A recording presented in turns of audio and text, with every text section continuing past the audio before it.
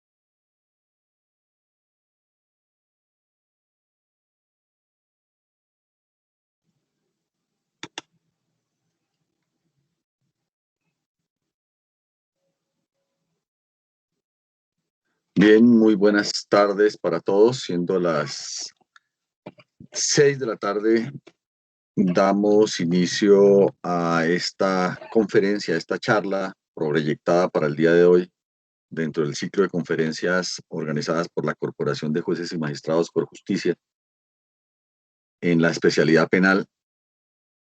Y le damos la bienvenida al doctor Juan Carlos Acevedo Velázquez, quien es nuestro conferencista del día de hoy.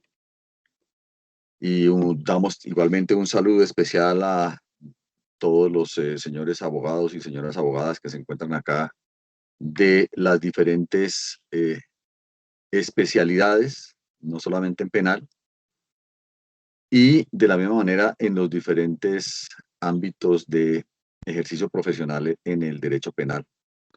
Tenemos la presencia de nuestros corporados, de miembros de los colegios de jueces y fiscales del país, de las asociaciones de defensores públicos y de las asociaciones de abogados y abogados independientes.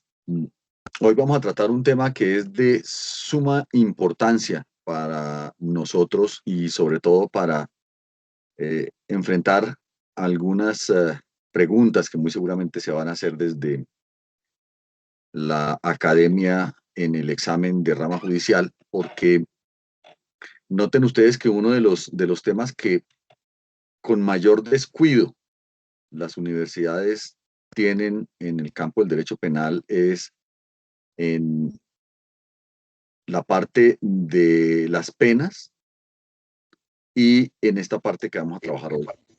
Por esa razón, hemos querido tener para todos ustedes una charla con un experto en el tema, el doctor Juan Carlos Acevedo Velázquez, de quien me permito hacer la presentación de su hoja de vida. Él en este momento se desempeña como juez 27 penal del circuito de Medellín.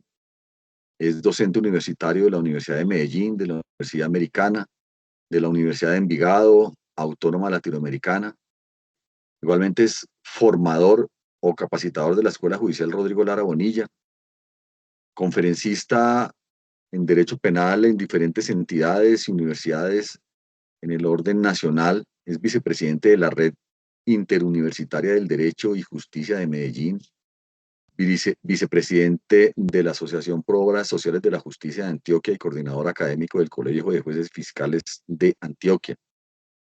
Dentro de su hoja de vida tenemos los diferentes cargos que ha ocupado en rama judicial, como es juez penal del circuito, juez penal municipal de infancia y adolescencia. Igualmente ha sido fiscal seccional y fiscal local. Tiene varias especializaciones en derecho, como es en Derecho Penal de la Universidad Libre, candidato a magíster en Derecho Penal de la Universidad de La Rioja, España, y otros estudios de diplomados en docencia universitaria, en Derecho Penal, y diferentes cursos en Derechos Humanos, Derecho Penal Internacional, Extinción de Dominio, entre otros. Doctor Juan Carlos Acevedo, la comunidad académica que se encuentra hoy con nosotros está ansiosa de escuchar sus pensamientos, sus ideas, lo que usted nos va a compartir hoy sobre ese tema tan importante como es la justicia restaurativa, que es precisamente ese ámbito en el que las universidades muy poco nos aportan en nuestra época de pregrado. E igualmente que no es muy fácil que en posgrado se tengan igualmente esta clase de conferencias. Doctor Juan Carlos Acevedo, antes de darle la palabra, le cedo el uso de la misma al doctor José Anderson Beltrán para que dé las instrucciones pertinentes en relación con la coordinación y moderación de este evento. Doctor Juan Carlos, un abrazo especial. Doctor José Anderson, siga con el uso de la palabra, por favor. Muy amable, doctor Darío, una feliz tarde para usted, para todos los asistentes. Doctor Juan Carlos, en especial, reiterar ese profundo agradecimiento por su vocación de servicio para con la corporación, a efectos de desarrollar, como bien indicaba el presidente de la corporación, este importante tema de la justicia restaurativa, justicia reparadora, denominada también justicia compasiva. Sencillamente recordarles que, como es de costumbre, por favor, a través del chat de participación, indicar las inquietudes que ustedes tengan. La charla se realizará desde este momento hasta las 7:45. Luego, los últimos 15 minutos de la conferencia, doctor Juan Carlos, estarán destinados a compartir esas inquietudes que nos formule el auditorio. De igual manera, les recuerdo, por favor, silenciar los micrófonos, las cámaras cuando estén ingresando a la conferencia. Sin más preámbulo, nuevamente, muy buena tarde para todos, doctor. El uso de la palabra es suya. Muchísimas gracias al doctor Hermes Darío Lara Acuña, presidente de Corjusticia y notable magistrado del Tribunal Superior de Bogotá. De igual manera, le agradezco al doctor Luis Ángel Paz, vicepresidente de Corjusticia, y al doctor José Anderson Beltrán, coordinador académico de Corjusticia, y también un excelente y connotado juez de Bogotá. Quiero agradecer esta invitación. Realmente para mí es un honor estar dando esta charla el día de hoy.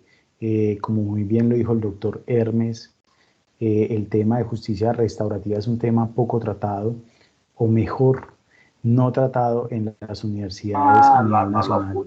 No existe una materia, o por lo menos que yo conozca, en facultades de Derecho no hay materias dedicadas al tema de la justicia reparadora, al tema de la justicia restaurativa.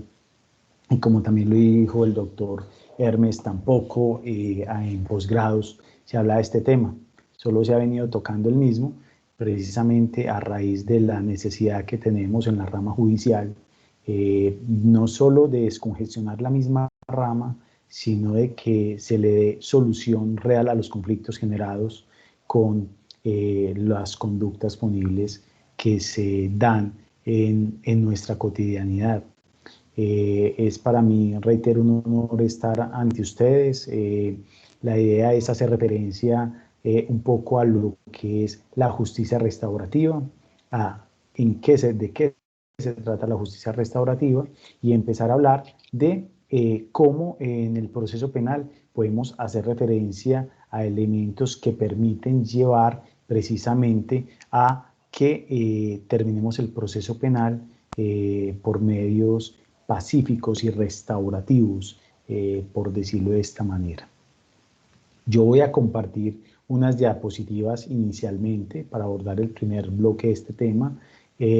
Doctor José Anderson, entiendo entonces que las preguntas son al final, porque pues si quieren ir haciendo preguntas, no sé si se pueden ir colocando en el chat, pues me parece muy interesante y genera una buena dinámica en la materia. No sé, doctor José Anderson, usted me dirá. Perfecto, doctor Juan Carlos, como usted nos indique, así será.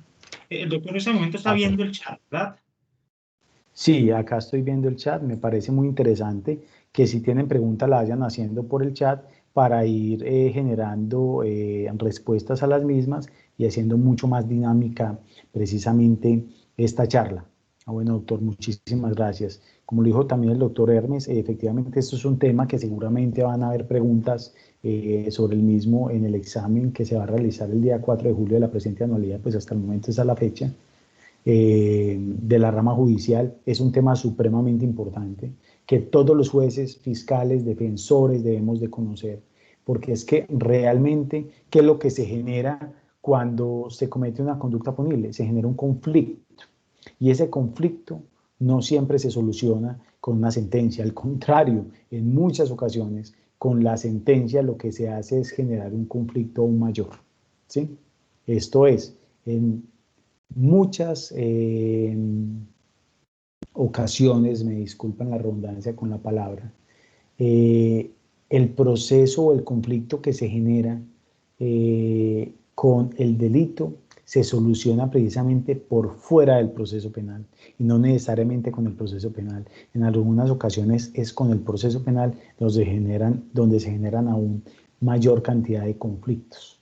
Por ello es que debemos de darle mucha prevalencia al tema de la justicia restaurativa, teniendo en cuenta que en este momento en nuestro proceso penal es retributivo, más no restaurativo, a diferencia, por ejemplo, del sistema penal de infancia y adolescencia, donde un principio rector del proceso penal de infancia y adolescencia es la justicia restaurativa, situación que no se da en el proceso penal ordinario. Esto es para las personas mayores de edad. Entonces voy en este momento a compartir unas diapositivas. Por favor, me indican si se ven. En este momento. Allí las estoy compartiendo. Perfecto, ya aparece, doctor. Muchas gracias, doctor. Mientras comparto las diapositivas, no logro ver el chat, ¿sí? Una vez culmine de compartir las diapositivas, que no son muchas, ya lo podré ver y empezamos a resolver pues, las inquietudes que se tienen. Hago esta salvedad porque en este momento no alcanzo a ver el chat, solo veo la diapositiva. Entonces, ¿qué es justicia restaurativa? La justicia restaurativa, como muy bien ahorita la llamó el doctor Hermes, es conocida como justicia reparadora o justicia compasiva. Es una forma de pensar la justicia diferente, es una forma de pensar la justicia teniendo en cuenta no las necesidades del Estado solamente, sino teniendo en cuenta las necesidades de las víctimas, de los autores o partícipes de las conductas punibles y también teniendo en cuenta las necesidades de la sociedad, tendientes precisamente a solucionar ese conflicto creado a partir del delito.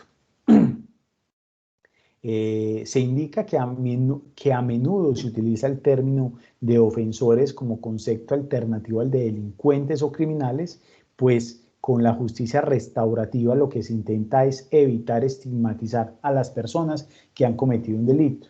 Porque miremos,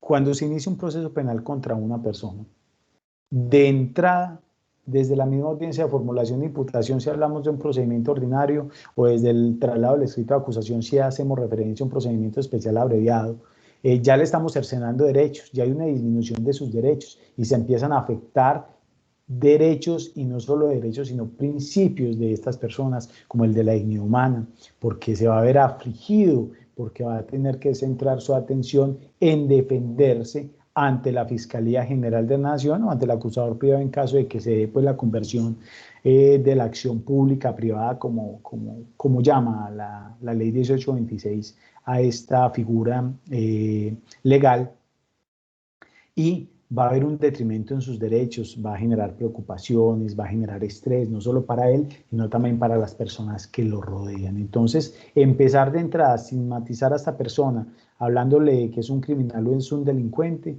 pues ya lo estamos tachando como tal, sin siquiera proferir una sentencia, como lastimosamente en algunas ocasiones lo hace la ciudadanía y algunos medios de comunicación cuando una persona está siendo investigada por un delito. Casi que le están indicando que esa persona cometió el delito sin haberse llevado a un juicio donde pueda presentar sus pruebas y controvertir las que tenga el ente persecutor. Entonces, por ello se habla desde el ámbito de la justicia restaurativa que esa palabra de criminales o delincuentes debe desaparecer y empecemos a tratarlos es como ofensores. Y en la justicia restaurativa también se trata precisamente de garantizarles los derechos a los ofensores, porque los ofensores también hacen parte de esa solución del problema al cual se deben llegar. Miren, pasa algo muy particular que digo en todas mis charlas. En el sistema de infancia y adolescencia se da mayor prevalencia al ofensor, al menor ofensor, que a las mismas víctimas. Casi que las víctimas, si bien tienen derechos, obviamente se intentan garantizar sus derechos, son dejadas un poco al lado porque se centra el sistema de infancia y adolescencia en garantizar los derechos de los menores infractores. Y sucede lo contrario en el sistema ordinario normal. Y en el sistema ordinario normal, al contrario, se centra más en garantizar los derechos de las víctimas y se olvida un poco de garantizar los derechos de las personas que están siendo investigadas por un delito. Casi que se va olvidando de esas personas, de que esas personas, por el solo hecho de ser humanos, tienen derechos inalienables y que no se pueden vulnerar de ninguna manera. Pues obviamente se le puede cercenar el derecho a la libertad por parte de una autoridad judicial, como un juez con función de control de garantías, un juez de conocimiento, ¿sí? Pero no es dable cercenársele otros derechos fundamentales que van acorde al principio de la dignidad humana y al principio del derecho internacional de pro homine. Primero el hombre, por el solo hecho de ser humano, tenemos unos derechos inalienables, incontrovertibles y no se pueden cercenar. Pues miremos también que ello es principio rector de nuestro Estado Social de Derecho y también del proceso penal y de la parte penal especial y general. Pues miremos que es el primer artículo en estos códigos sustantivos. Entonces, en la justicia restaurativa debemos de empezar a dejar de llamar criminales o delincuentes. Miren, sucede algo en las audiencias, y es que cuando entra una persona procesada por el delito que esté siendo procesada, algunos colegas, y no solo algunos colegas, sino algunas partes y algunas personas que están en el público, pues obviamente entendiendo las que son familiares de las víctimas, pues allí se entienden, pero otras personas que no tienen que ver con el proceso, sino que están allí para mirar la audiencia, empiezan a mirar feo a esa persona. Incluso empezando la audiencia de garantía, la audiencia de legalización de captura, o no siendo legalización de captura, sino formulación de imputación, empiezan a mirarlo feo. Empiezan a hacer sentir a esa persona como un delincuente. Y esa persona obviamente va a sentir mayor aflicción. No estoy diciendo pues que a esa persona no necesariamente no haya hecho nada o lo tengamos que mirar bonito. Lo que tenemos que hacer es respetarle sus derechos y tratarlo con dignidad. Lo tenemos que tratar con dignidad. Yo recuerdo un caso y me excusan, a mí me gusta mucho en estas charlas contar anécdotas, me parece interesante y hace mucho más dinámicas las mismas. Recuerdo un caso en el cual estaba fungiendo como juez penal municipal con función de control de garantías de infancia y adolescencia, y me llegó un menor que que tenía un nombre de chica, se hacía llamar, voy a inventar un nombre, Esmeralda. Y pues tenía el pelo largo y le gustaba maquillarse. Él estaba siendo investigado, lo capturaron por un delito de violencia intrafamiliar y de violencia contra servidor público, porque violentó a su mamá y en el momento en que los policías intentaron controlar la situación, también los violentó a ellos. Cuando llega a la audiencia, observo que las partes lo empiezan a mirar diferente. Incluso la persona que me acompañaba en la audiencia, un empleado del despacho, me pregunta, ¿y cómo lo trato? Con el nombre invento Pepito o como Esmeralda. ¿Cómo le digo? Yo, digámosle como él se sienta mejor que le digan. Entonces se sienta, yo, ¿cómo quieres que te digan? No, Esmeralda. Cuando yo lo trato como Esmeralda, lo trato con respeto, exijo respeto para él. Cambia porque entró mirando feo, con el ceño fruncido, y empieza a cambiar su actitud. Cuando empieza a sentir que yo lo estoy tratando, o la estoy tratando, mejor dicho, con respeto, con mucho respeto. Le hablo con respeto y la trato con respeto. La audiencia se lleva a cabo, le impongo la medida preventiva en un centro especializado pues, de menores. Acá en Medellín se llama La Acogida, donde están con medida preventiva. Y al finalizar la audiencia, debido al trato que se le brindó en la misma y al llamado de atención que le hice a la señora madre de esta persona, terminaron fungiéndose en un abrazo y ella prometiéndole que la iba a visitar. Y el adolescente entendiendo qué fue lo que hizo, en qué actuó mal, y también la madre de este adolescente. Desde allí empezamos a ver de que se empieza a ver una solución del problema, porque el adolescente empieza a entender que actuó mal y de que la mamá también empieza a entender que parte de ese comportamiento, gran parte de ese comportamiento de su hija, es por culpa de ella. Entonces allí, cuando se intenta que ellos entren en razón, que por fortuna, al parecer, por lo menos en esa audiencia, empezaron a entrar en razón, empezamos a solucionar ese conflicto.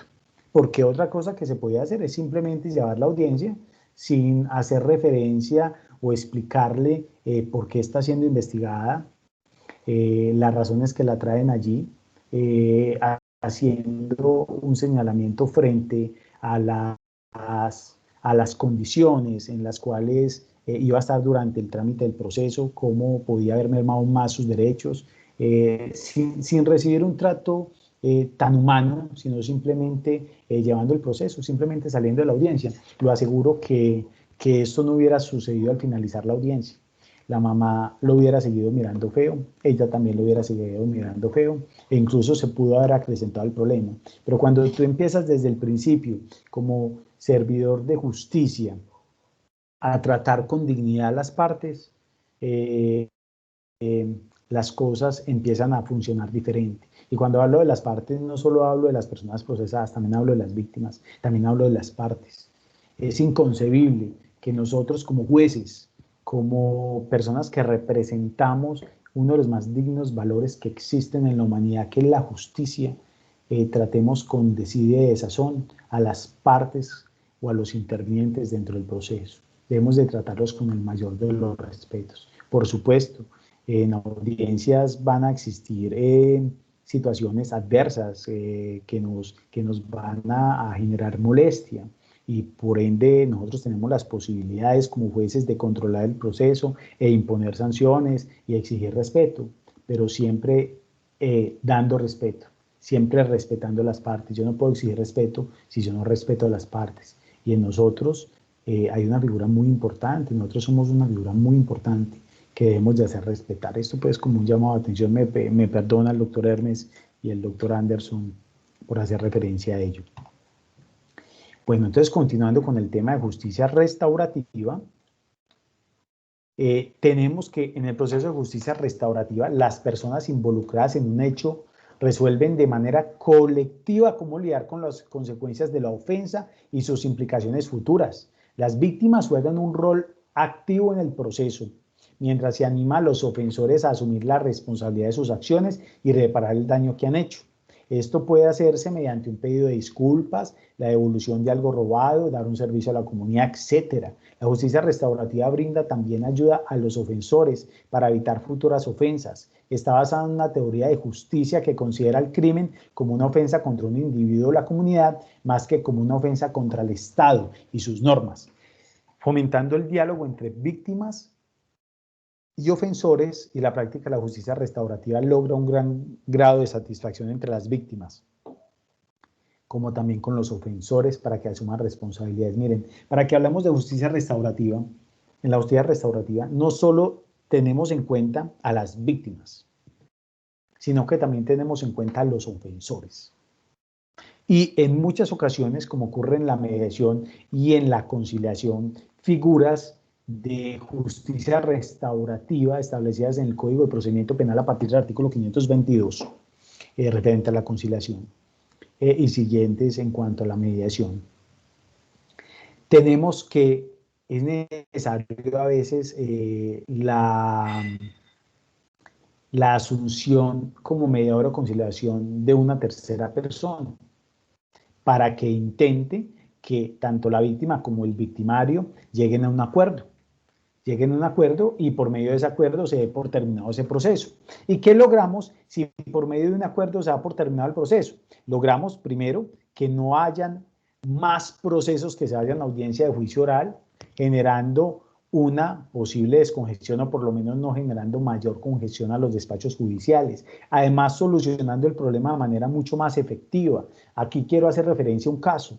Yo me acuerdo que un gran amigo, magistrado de un tribunal importante del país, todos son pues importantes obviamente, siempre cuenta un caso, y que yo casi siempre lo cuento, yo me lo robé, pero lo doy los réditos, él es de otra persona, del doctor Leonardo Cerón, magistrado del Tribunal de Medellín, que fue juez en Bogotá, que hace referencia a que cuando fue fiscal en un municipio, una persona de una edad avanzada le hurtaron su máquina de coser. Y resulta que cuando le hurtan su máquina de coser, ella muy preocupada acude a la Fiscalía General de la Nación a denunciar que le robaron su máquina de coser.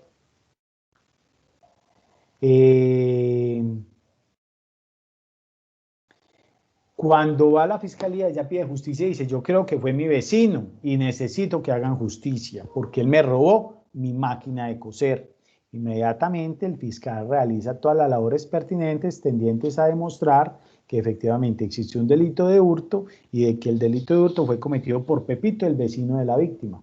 Resulta que la persona constantemente iba a la fiscalía para pedir que le aplicaran justicia porque andaba muy preocupada por el hurto de su máquina de coser. Cuando termina el proceso, logran terminar el proceso y condenar al vecino, llega el fiscal y le dice a la denunciante, señora, he hecho justicia, su vecino fue condenado por el delito de hurto. He hecho justicia. Y la señora le pregunta, ¿y dónde está mi máquina de coser? ¿Qué pasó con mi máquina de coser? Entonces, esto nos lleva a preguntarnos, ¿será que necesariamente con esa sentencia se hizo justicia sustancial? ¿O simplemente lo que sucedió fue un aspecto retributivo por parte del Estado hacia esa persona por haber incurrido en un tipo penal? Porque la señora se quedó sin su máquina de coser.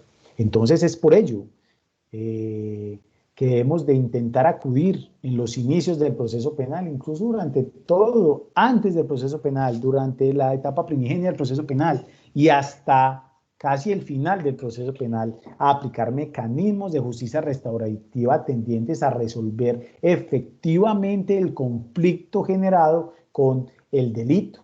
Quizás, si en ese caso se hubiera intentado que esa persona, ese vecino, de una u otra forma reparara a la víctima y que además asumiera responsabilidad del delito que cometió, porque es que muchas personas que son condenadas no asumen, y otras pues obviamente si son absueltas y que hayan realmente cometido el delito, no asumen la responsabilidad en la comisión de la conducta punible, no aceptan que cometieron un delito, no aceptan que actuaron mal. Parte importante de la justicia restaurativa es aceptar que actuaron mal, aceptar que vulneraron un derecho fundamental de una persona, que atentaron contra un bien jurídico. Si no hay aceptación de responsabilidad, no podemos hablar de justicia restaurativa tampoco. No está bien tampoco que en una conciliación entre Pepito y Julanito, Pepito víctima, Julanito ofensor, llegue Julanito, que es una persona que tiene mucho dinero y como era un delito querellable y admitida conciliación, entonces le paga simplemente a Pepito, porque tiene dinero, pero sigue actuando de manera reprochable, no asume su responsabilidad, simplemente le paga para salir del problema y no le interesa cambiar. Él siente que no hizo nada malo y que lo que hizo lo solucionó con plata. Por ello, aspecto importante dentro de la justicia restaurativa no es solo el resarcimiento de perjuicios a la víctima, sino que la persona asuma responsabilidad, acepte que actuó mal,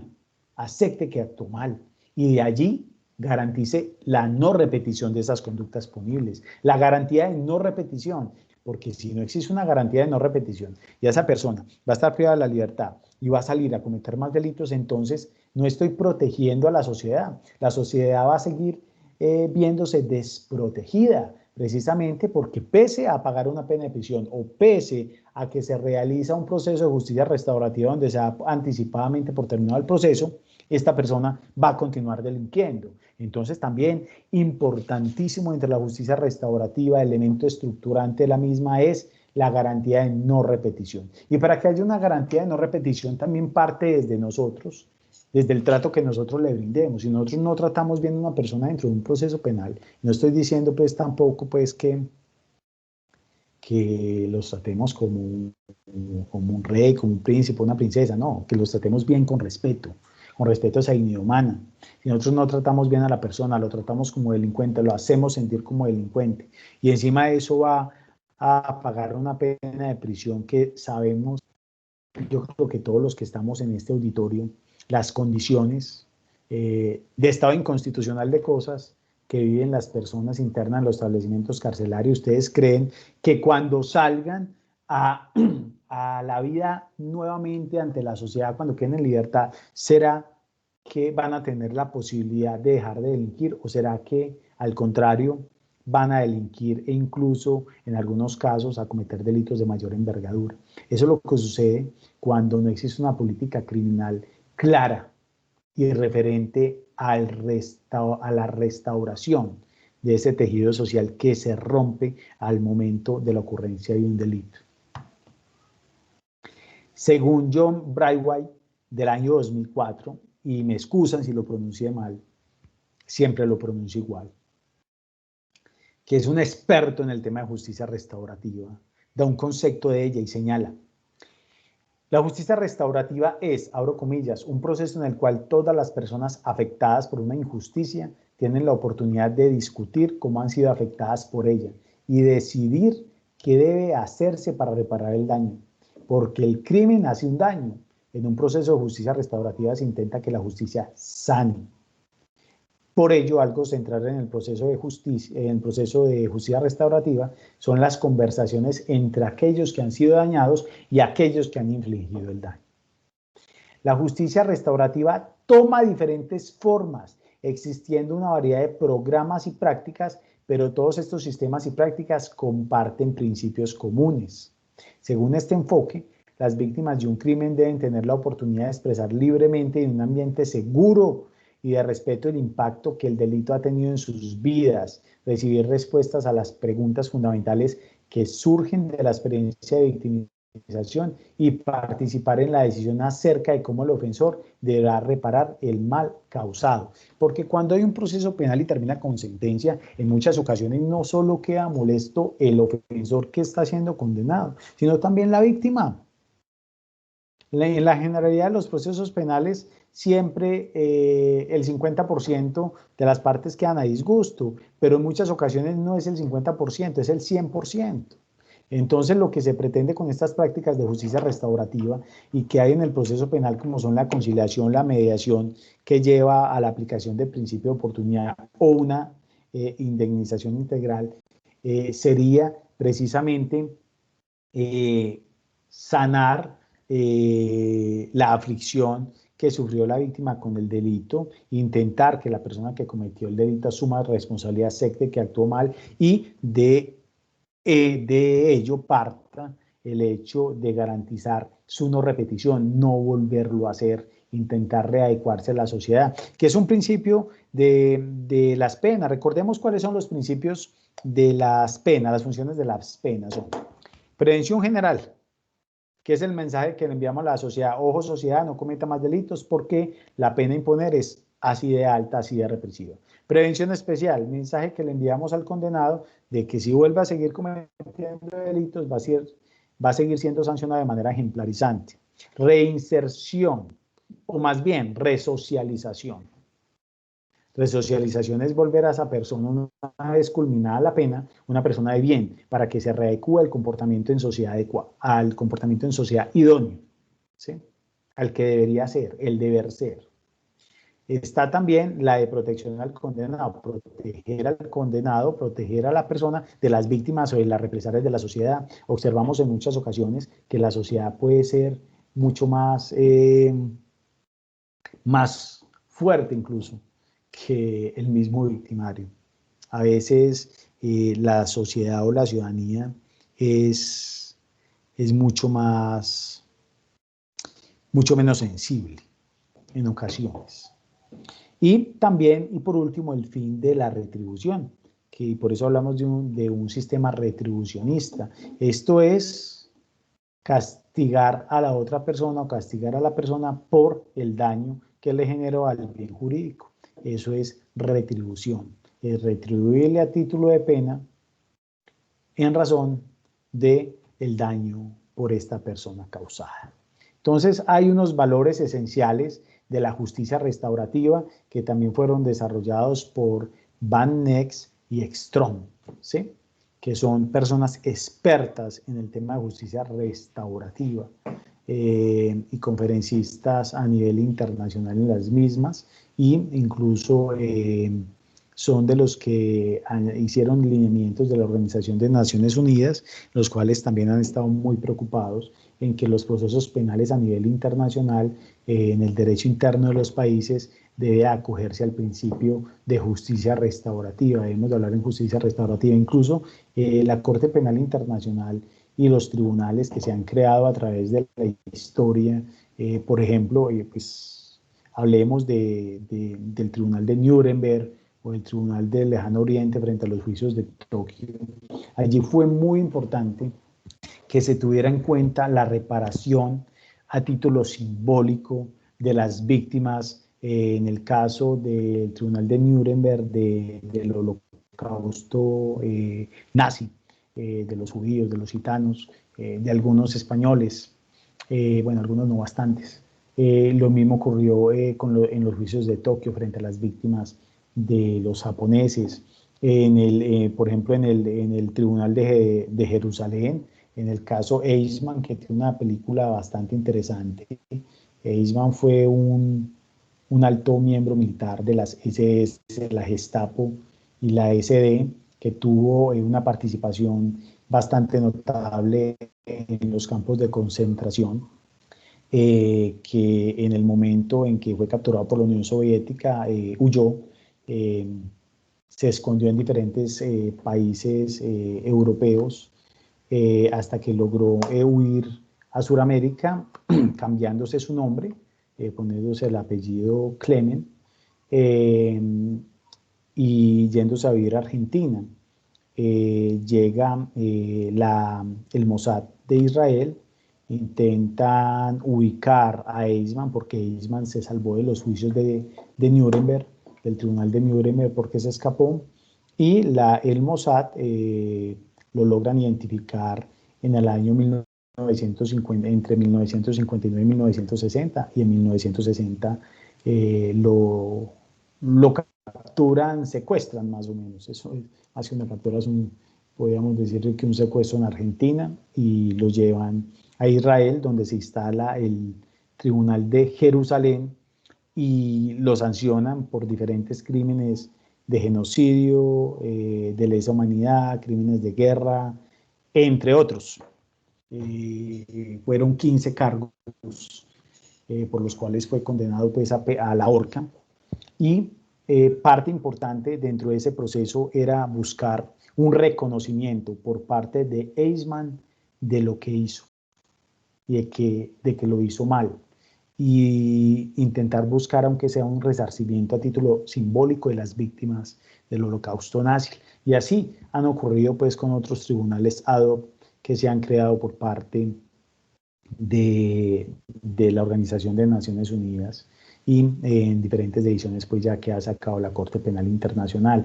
Entonces, precisamente esto es una prerrogativa que viene desde el derecho penal internacional, que es que los derechos penales internos deben de ir o buscar como finalidad la justicia restaurativa más que la justicia retributiva. Como lo decía incluso Claude Roxin desde los años 70, en algunas ocasiones la pena de prisión deberá ceder ante otras sanciones menos fuertes, con la finalidad de encontrar una solución real al conflicto generado con el delito, ¿sí? Bueno, esto pues son apreciaciones, no estoy diciendo que tengan que pensar de esta manera, no estoy diciendo que no va a haber castigo. Un planteamiento también de la justicia restaurativa es que también, obviamente, la persona que comete el delito en muchas ocasiones tiene que ser sancionada, pues no necesariamente con la sanción máxima, sino que se pueden buscar mecanismos alternativos, por ejemplo, acudiendo al principio de mediación. En algunos delitos no es posible con la finalidad de aplicar el principio de oportunidad, pero sí es posible con la finalidad de reconocer un atenuante, o de que al momento de que el juez dosifique la pena parta de cuartos mínimos o del mínimo del cuarto mínimo. Así también es posible. Entonces, pero volviendo al tema central, justicia restaurativa, valores centrales de la justicia restaurativa, entendidos a través del contexto del derecho penal internacional, son los siguientes. Primero, el encuentro. ¿En qué consiste el encuentro? Consiste en el encuentro personal y directo entre la víctima, el autor y el ofensor, y otras personas que pueden servir de apoyo a las partes y que constituyen sus comunidades de cuidado o afecto. Debe haber un encuentro entre las partes en las cuales logren que entre ellas exista cierta simpatía, o más que buscar simpatía, que no exista una animadversión, con la finalidad de que se pueda adelantar un proceso de justicia restaurativa, que puedan llegar a una mediación o a una conciliación. La reparación, como segundo elemento estructurante, es la respuesta de la que la justicia restaurativa da al delito. Puede consistir en una restitución o devolución de la cosa, pago monetario o trabajo en beneficio de la víctima o de la comunidad. La reparación debe ir primero en beneficio de la víctima concreta y real, y luego, dependiendo de las circunstancias, puede beneficiar a víctimas secundarias y a la comunidad. En algunos casos, con ciertas personas, yo he tocado el siguiente tema. A mí me parece muy interesante que una de las sanciones penales de infancia y adolescencia sea la prestación de servicios sociales a la comunidad. Me parece genial esa sanción. A mí esa sanción me parece que debería existir en el sistema de adultos, porque obligar a unas personas a prestar unos servicios sociales a la comunidad, ahí estamos garantizando también la reparación a esa comunidad, ¿sí? Que se puede lograr por intermedio de estas sanciones también. Tercero, la reintegración. Se refiere a la reintegración tanto de la víctima como del ofensor en la comunidad, lo cual significa no solo tolerar la presencia de la persona en el seno de la comunidad, sino más aún contribuir a su reingreso como una persona integral, cooperadora y productiva. Miren, cuando una persona sale de prisión y tiene un antecedente penal, la generalidad de las entidades no lo van a contratar, no lo contratan, o lo miran feo, incluso la comunidad lo empieza a mirar feo. Si lo empiezan a mirar feo, incluso sin haber sido condenado, en muchos casos, ya casi que lo tratan como criminal. Ahora, cuando la persona es condenada y sale a la cárcel, generalidad de personas que dicen, ve, mira ese bandido, qué peligro, tengamos cuidado. se intentan reseñar a estas personas. Entonces, allí no logramos una real reintegración de estas personas a la sociedad. Entonces, si las personas no se logran reintegrar a la sociedad, en muchas ocasiones, ¿qué es lo que van a buscar? Volver a delinquir. No estamos justificando eso, por supuesto no tiene justificación, pero no encuentran ayuda en la comunidad, o más que le brinden ayuda, es que no le brindan ayuda, le cierran las puertas en la comunidad. Entonces, en la justicia restaurativa también se debe buscar la reintegración de esa persona como persona de bien a la comunidad, y para ello el Estado y la comunidad le deben de brindar oportunidades para que puedan salir adelante y readecuar su comportamiento en sociedad. Y por ello es que, por ejemplo, el Estado colombiano le brinda algunas exoneraciones tributarias a aquellas empresas que contraten personas que han sido sentenciadas. Otro elemento es la participación o llamada de inclusión. Consiste en regalar a las partes que se entienden víctimas, ofensores y eventualmente la comunidad la oportunidad de involucrarse de manera directa y completa en todas las etapas del encuentro, reparación y reintegración. Requiere de procesos que transformen la inclusión de las partes en algo relevante y valioso, que aumenten las posibilidades de que dicha participación sea voluntaria. Esto es intentar involucrar al ofensor, a las víctimas y en muchas ocasiones a la comunidad para que participen precisamente en ese proceso restaurativo tendiente a determinar cuál va a ser la sanción que se le va a imponer a esta persona, cuál debería ser la sanción o cómo debería ser el proceso restaurativo. ¿Será que me debe restaurar con la devolución de un tema económico, con la prestación de unos servicios sociales a la víctima y a la comunidad? ¿O cómo debería ser ese resarcimiento para yo entender o para yo encontrarme reparado? Y además, ¿cuáles van a ser las condiciones en las cuales va a caer esa persona una vez culmine el proceso restaurativo? Esto es, se le van a brindar oportunidades, cómo va a ser la situación frente a la sociedad, que la sociedad no lo vea mal, que exista un perdón, no solo por parte de las víctimas, sino además de la misma sociedad. Entonces, es muy importante que haya participación e inclusión. También, sobre todo, porque las víctimas, como les decía en el proceso penal, muchas víctimas quedan a disgusto, muchísimas víctimas quedan a disgusto porque querían mucho más, o querían mucha mayor pena, o querían que pese a que hubiera pena hubiera un resarcimiento. Entonces, obviamente no siempre vamos a que las partes queden contentas, en muchas ocasiones no, pero podemos intentar, teniendo en cuenta a la víctima dentro del proceso restaurativo o incluso dentro del proceso penal, lograr que las víctimas queden por lo menos tranquilas, o un poco tranquilas, un poco más tranquilas. Estos son los elementos que se tienen en el ámbito del derecho internacional para hacer, que son importantes frente a un proceso de justicia restaurativa, repitiendo, el encuentro, la reparación, la reintegración y la participación e inclusión.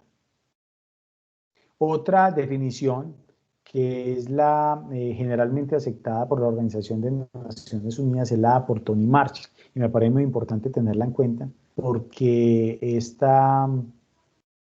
este concepto ha sido desarrollado ampliamente por los países oceánicos como Nueva Zelanda, Australia, que son abanderados en el tema de la justicia restaurativa, y también se han tratado bastante en la Organización de Naciones Unidas referente al Estatuto de Roma, esto es al Código Penal Internacional, que es el Código del Estatuto de Roma, y por supuesto la Corte Penal Internacional y los tribunales ad hoc o mixtos que aún existen en el mundo. Entonces, una definición generalmente aceptada de justicia restaurativa es aquella proporcionada por Tony Marshall. La justicia restaurativa es un proceso a través del cual las partes o personas que se han visto involucradas y o que poseen un interés en un delito en particular resuelven de manera colectiva la manera de lidiar con las consecuencias inmediatas de este y sus repercusiones para el futuro. Viene la definición de la ONU. La justicia restaurativa es todo proceso en que las víctimas, el delincuente y cuando proceda cualesquiera otras personas o miembros de la comunidad afectados por un delito participen conjuntamente de forma activa en la resolución de cuestiones derivadas del delito, por lo general con la ayuda de un facilitador. ¿Y por qué por lo general con la ayuda de un facilitador? Porque es que el facilitador tiene una capacitación especial, precisamente en mediación o conciliación, para intentar generar un ambiente tranquilo entre las partes, donde las partes no generen un choque entre ellas y se intente que por lo menos se sienten a hablar, se intenten a discutir sobre el tema. Y ello sí ayuda fácilmente con un facilitador. A veces los fiscales, los jueces, los abogados no tenemos ese carisma estructurado de los estudios, y pues también a veces en lo personal, para poder intentar que las personas por lo menos, no necesariamente ponerlas de acuerdo, pero por lo menos que se escuchen. Entonces, es por eso que la Organización de Naciones Unidas lo ha entendido claramente. Generalmente se requiere para que participen de forma activa en un proceso de justicia restaurativa, tanto las víctimas como el ofensor, de un facilitador. La definición de Nueva Zelanda, y acá me parece muy importante y yo por eso las tengo en estas diapositivas, es la siguiente.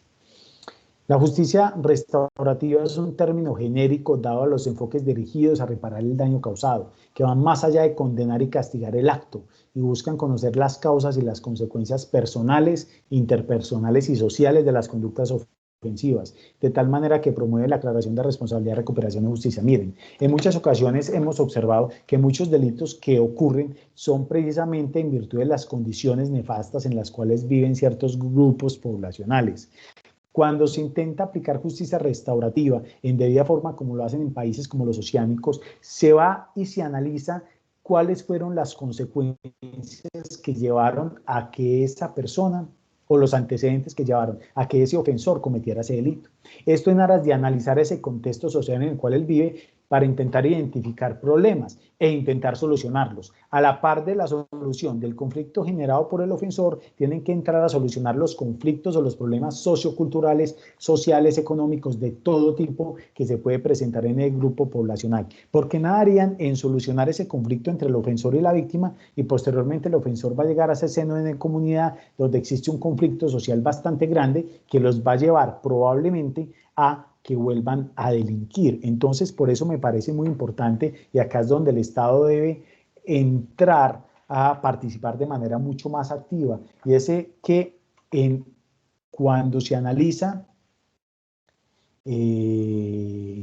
la forma de reparar ese daño causado con el delito, no solo se debe analizar la conducta de la persona ofensora, sino también el contexto social en el cual se dio la misma y dónde vive esta persona, para intentar identificar problemas y poder brindar soluciones a la sociedad. Y de esa manera garantizamos un principio fundamental, que es el derecho a la paz, el derecho a la dignidad humana de toda la sociedad, a la tranquilidad de la sociedad, que la sociedad viva en paz, porque se le garantizan condiciones dignas a esas personas que quizás están viviendo en un problema social bastante grande que termina causando este tipo de comportamientos desviados por parte de ciertas personas. Entonces, por eso me parece tan importante que no solo se tenga en cuenta a la víctima, victimario y a la sociedad en general, sino también a esa sociedad o ese contexto social del ofensor y de la misma víctima,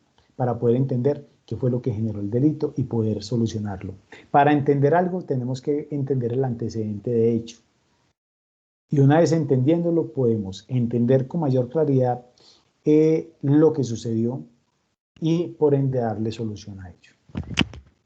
En el ámbito del derecho penal internacional, hay dos visiones que se contraponen un poco y que son analizadas por diferentes expertos. Está la visión mecanismos y la visión procesos. Entonces, por ello me parece importante que conozcamos, por si de pronto en algún examen, no solo sea el de la rama judicial, puede ser cuando se avecine en algún momento el del Ministerio Público nuevamente, o de la Fiscalía General de la Nación, o algún otro examen, nos pregunten sobre cuáles son las visiones en el ámbito del derecho internacional referente a la justicia restaurativa. Hay dos visiones que a veces se complementan y a veces se contraponen, y son la visión mecanismos y la visión procesos. Y para ello, entonces, vamos a mirar lo siguiente. ¿Cómo se entiende el delito en ambas visiones? En la visión mecanismo, delito se entiende como un asunto entre víctima y victimario, no una situación que interpele a la sociedad y a sus dinámicas. En ese sentido, lo que se busca es acompañar y o propiciar entre víctima y victimario una oportunidad de acuerdo para superar el daño puntual. Entonces, en la visión mecanismos, se entiende que el delito es una situación que se presenta entre dos personas, entre víctima y victimario, nada más. Y que para solucionarlo se tiene que buscar un acuerdo entre ellos dos.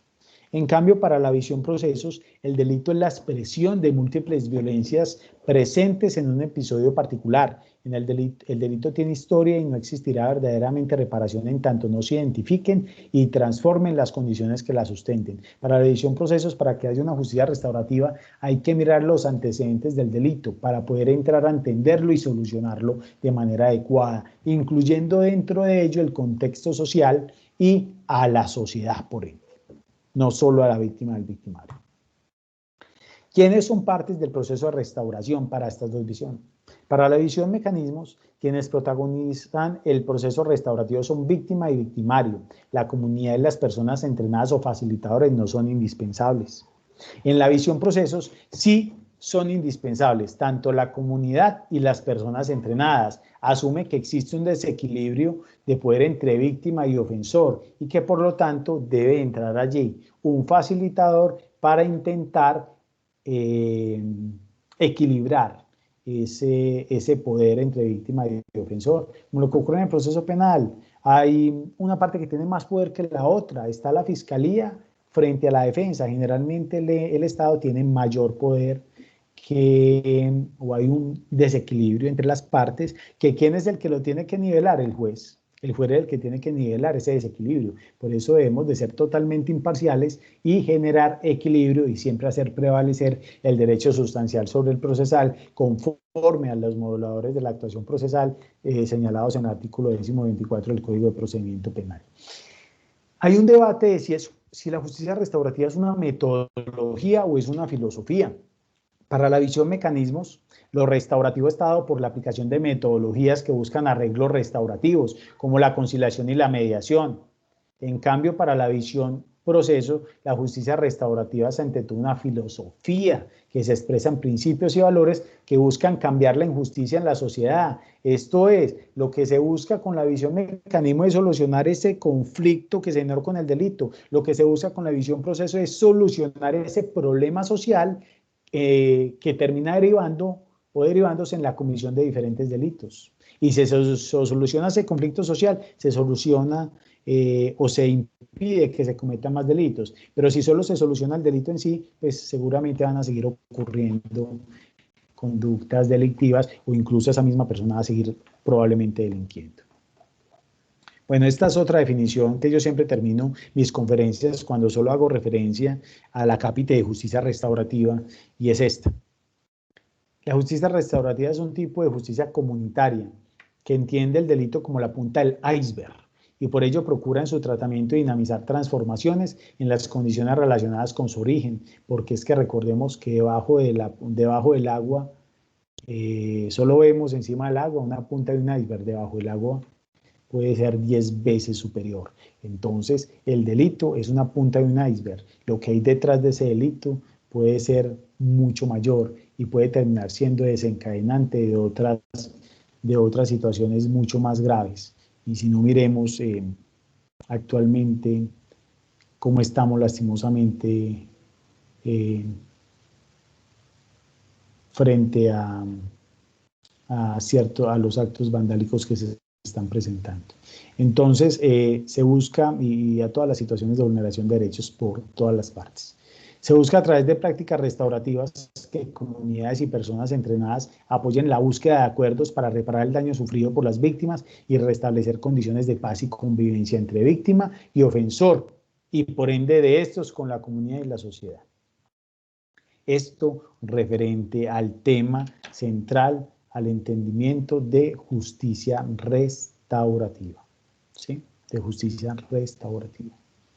Bueno, ya dejo de compartir, ya puedo mirar si de pronto hay preguntas, veo que no hay preguntas, no sé si o todo está muy claro o todo es demasiado confuso. No, ya encontré una a las 6:32.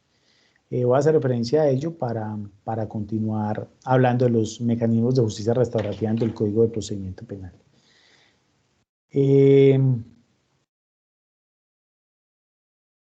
¿Cómo se puede efectuar la mediación dentro del proceso penal? Ya que si bien está relacionada con uno de los mecanismos de justicia restaurativa, no está debidamente arreglada en la norma del proceso penal.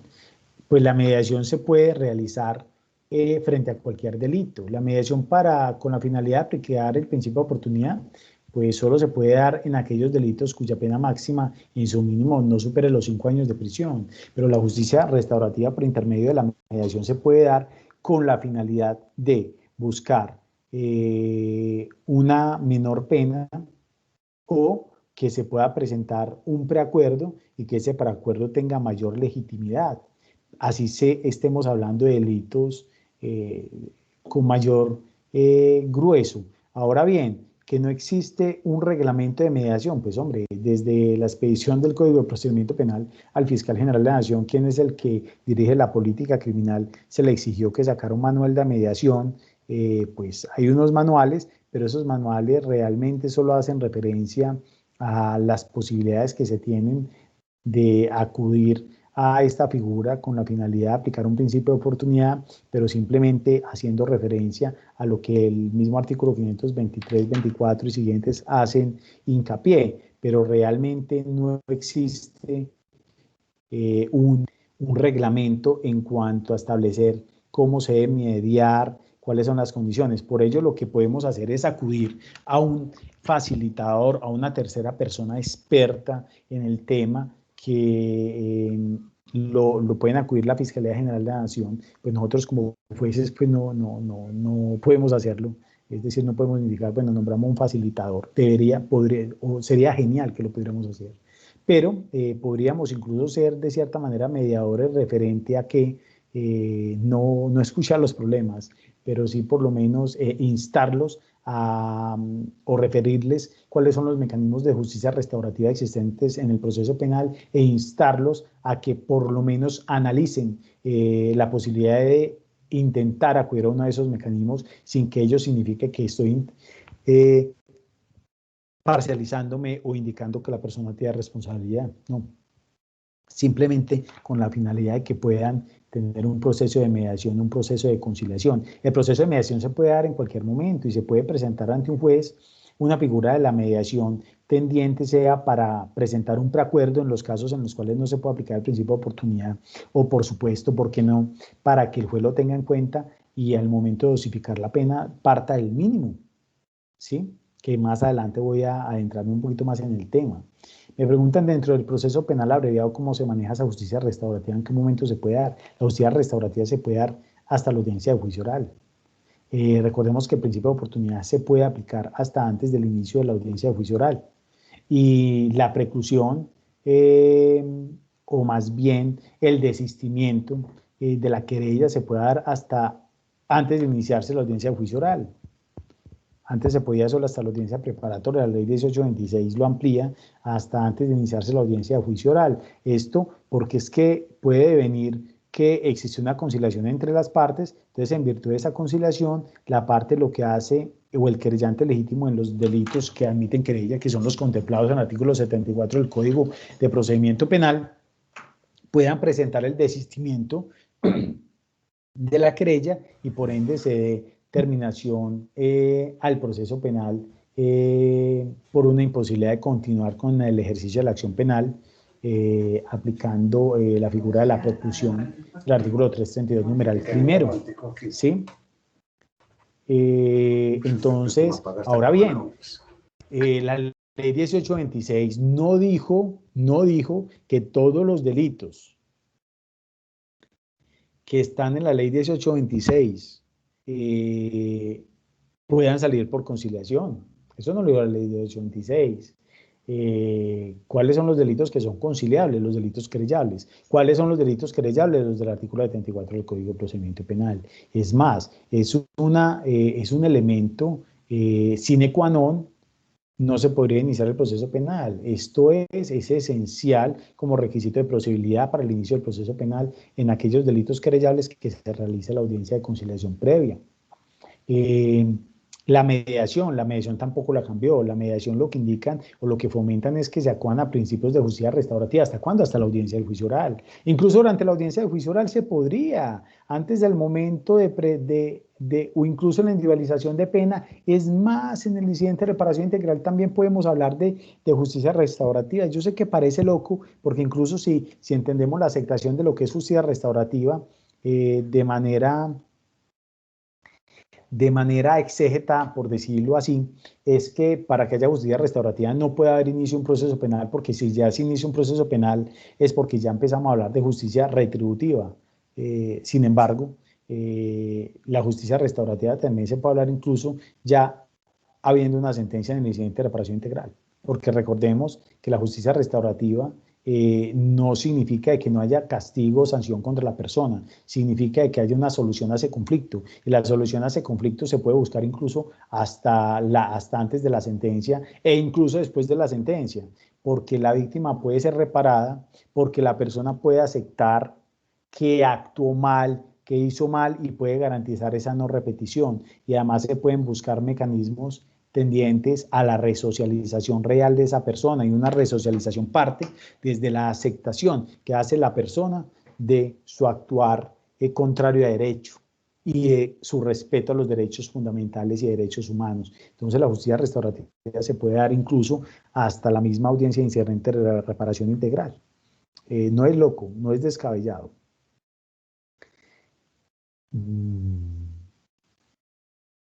Veo que hay más preguntas para continuar. Perdón un momento. Doctor Juan Carlos, no se preocupe si le parece, yo le voy colaborando acá, porque Bueno, sí hay gracias. bastantes inquietudes. Sí, Entonces, 632, ¿cómo se puede efectuar la mediación dentro del proceso penal? Este ya se fue la que atendió. hablé. Sí. Procedimiento abreviado, ya usted nos comentaba también las diferencias que se dan en punto a la oportunidad para solicitar aplicación del mecanismo. Pregunta el doctor Augusto Monroy, como jueces de control de garantías, ¿cómo podríamos ampliar la aplicación de la justicia restaurativa? Si se tiene en cuenta el derecho, bueno, el principio a la no autoincriminación. Es que cuando yo hago referencia a la justicia restaurativa, no estoy indicando que la persona cometió el delito.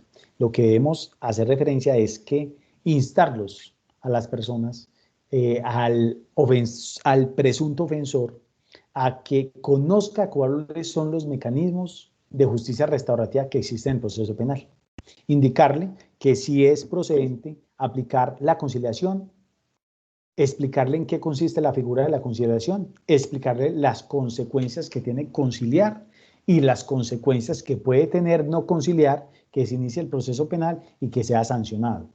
De igual manera, aclarándole o incitándole a que concilie o acceda a un principio de mediación. Ellos son los únicos que deben de sopesar cómo actuar, pero indicándole que siempre y cuando pues, sea responsable. Y si no es responsable, obviamente, pues lo que uno pretende es ir a una audiencia de juicio oral y en la audiencia de juicio oral mostrar mi inocencia.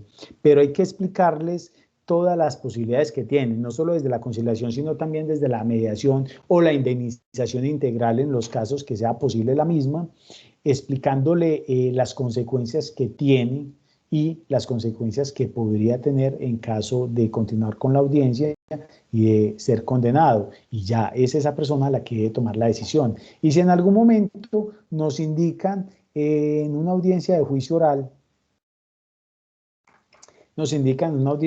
oral, por ejemplo, que, bueno, cualquier audiencia que intentaron llegar a una mediación, pero que no llegaron a una mediación porque el tema de la indemnización era muy alto, eso no significa que la persona necesariamente haya cometido el delito, y así no lo podemos entender nosotros. Recuerden que los jueces somos supremamente imparciales y tenemos que ser supremamente imparciales. Porque estamos ante una dignidad bastante importante y eso no nos debe afectar nuestro criterio. Y el hecho de que los invitemos a que intenten realizar labores de conciliación no significa per se que estemos indicando que efectivamente esa persona cometió el delito. No sé, doctor Beltrán, Muchas Sí, gracias, doctor. sí. Hay otra inquietud por parte del doctor John Edward Castro. ¿En qué tipo de delitos se puede aplicar la justicia restaurativa? Entonces, excúseme, doctor, En creo que todos, doctor. complementamos la inquietud. ¿Hay algunos delitos ante los cuales exista prohibición para no aplicar mediación o conciliación? Bueno, la conciliación solo se puede dar en aquellos delitos querellables como forma de determinación del proceso. Recordemos que cuando hay conciliación, el artículo 522 del Código de Procedimiento Penal, la conciliación es un requisito de procedibilidad. Un requisito de procedibilidad para los delitos querellables, ¿sí? Los delitos querellables son los, reitero, establecidos en el artículo 74 del Código de Procedimiento Penal. Para aquellos delitos que no son querellables, no es válida la conciliación como forma de determinación del proceso por conciliación, ¿cierto? Pero hay unos delitos como aquellos que son atentatorios contra el patrimonio económico, exceptuando, por ejemplo, el delito de la extorsión, en los cuales se puede dar la figura de la indemnización integral, ¿sí? Se puede dar la figura de la indemnización integral. Entonces, si yo en una conciliación lo que logro es que el victimario o el presunto victimario indemnice integralmente a las víctimas, pues no va a salir por conciliación, pero sí puede salir como indemnización integral, ¿sí? ¿En cuáles delitos? En los delitos de lesiones personales culposas, homicidio culposo y delitos atentatorios contra el bien jurídico del patrimonio económico, ¿sí? Exceptuando el delito de extorsión. Se podría dar la figura de la indemnización integral. Ahora bien, para hacer mayor referencia en delitos de estafa, delitos de hurto, se puede dar esa figura, abuso de confianza. Ahora, ¿en qué delitos es posible la mediación como forma de determinación del proceso anticipadamente? Conforme veo que es una pregunta, la causal séptima del principio de oportunidad hace referencia que se puede aplicar o se debe acudir a la mediación para la aplicación del principio de oportunidad en los casos allí establecidos. ¿Y cuáles son los casos allí establecidos? Los casos allí establecidos son los que el mínimo de la pena no supere los 5 años de prisión, ¿sí? Sí se puede aplicar la mediación para aquellos delitos que tengan una pena superior a los 5 años. Sí es posible, pero ya no como la finalidad de aplicar el principio de oportunidad, sino con la finalidad de llegar a un preacuerdo que le favorezca a las personas o en los casos en que no sea posible la rebaja de pena de una pena que parta desde el mínimo, ¿sí? Porque hay delitos en los cuales no es posible que hayan rebajas por expresa disposición legal, pero podemos de todas maneras acudir a la mediación con la finalidad de por lo menos que la pena quede en su mínimo, que se puede establecer acorde a ello. Recordemos que nosotros tenemos un ámbito de movilidad a veces altos y sobre todo en los delitos que tienen mayor gravedad. A veces entre el primer cuarto y el segundo cuarto podemos hablar de una diferencia de más de 4 años. Entonces, que a mí me impongan una pena de 30 años, sino una pena de 34, una pena de 29 y de 24, hace la diferencia, ¿sí? O en aquellos casos donde el ámbito de movilidad nos tenemos que partir de los cuartos medios, y en los cuartos medios podemos hablar hasta 100 meses de ámbito de movilidad. Entonces, allí es importante que en esos casos podamos acudir a la mediación para intentar, pues obviamente no se puede dar por terminado el proceso, pero sí se puede dosificar la pena de manera favorable, que incluso lo hablamos en reuniones, que de pronto acá hay colegas que hemos tenido en Bogotá sobre la ley, una ley, un proyecto de ley que se está presentando, que no sé si se presentó, sobre justicia restaurativa, donde incluso entiendo yo que uno de los módulos que va a venir en el curso concurso es sobre justicia restaurativa, explicando en qué momentos es posible dar por terminado el proceso aplicando el proceso de justicia restaurativa y en los que no se puede terminar el proceso, con qué finalidad se puede buscar estos mecanismos de justicia restaurativa. ¿Sí? Doctor Gracias, Anderson. doctor Juan Carlos. Sí, en efecto, nos queda muy clara esa precisión que usted hace frente al requisito de procedibilidad en delitos querellables para la conciliación y que en esos eventos pueda lugar la terminación del proceso diferente a lo que sucede en los oficiosos, pero que sirven para efectos de reparación de perjuicios. Pregunta el doctor Castro, ¿puede un juez negar ese mecanismo de justicia restaurativa? ¿Puede un juez negarlo? El juez no podría negarse a una conciliación que se presente siempre y cuando las partes están totalmente de acuerdo en la misma, ¿cierto? No se podría negar, porque existe una especie de poder dispositivo en la víctima frente al proceso penal, en el sentir que la víctima puede desistir en cualquier momento, hasta antes del inicio de la audiencia de juicio oral, de la actuación penal. Ahora bien, eso referente a la conciliación. Referente a la mediación, resulta que sí se podría negar el principio de oportunidad cuando se encuentre que no se cumple con los requisitos para la mediación o que al acuerdo al cual llegaron es desproporcionado frente al daño causado a la víctima. Sí se podría negar por parte del juez allí, ejerciendo un control formal. Eso no es material, no es un control material por parte del juez como función de control de garantías, sino que entra a ser un control formal, porque dentro de lo que se exige es que existe una mediación y que esa mediación sea ajustada a derecho. Y para que sea ajustada a derecho, tiene que existir una proporcionalidad real entre el daño causado y la reparación que se le va a brindar. En algunas ocasiones va a ser imposible reparar de manera proporcional, pues por supuesto, obviamente cada caso hay que analizarlo detenidamente, pero sí se podría quizás negarse el juez, porque es que se pueden dar casos en los cuales las víctimas casi que sean obligadas a aceptar esa mediación porque si no atentan contra su vida. Para eso estamos nosotros, para realizar ese control formal e intentar evitar que esto pueda llegar a suceder, porque esto puede suceder, claro que sí.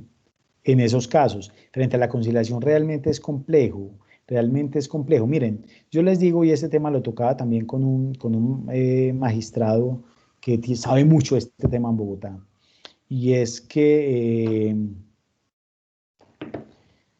a veces no se puede hablar de justicia restaurativa si yo observo en una conciliación que es una persona que tiene dinero, el victimario, y simplemente le paga a la otra, y ya, yo lo resarzo, pero usted sigue siendo para mí un hijo de tantas.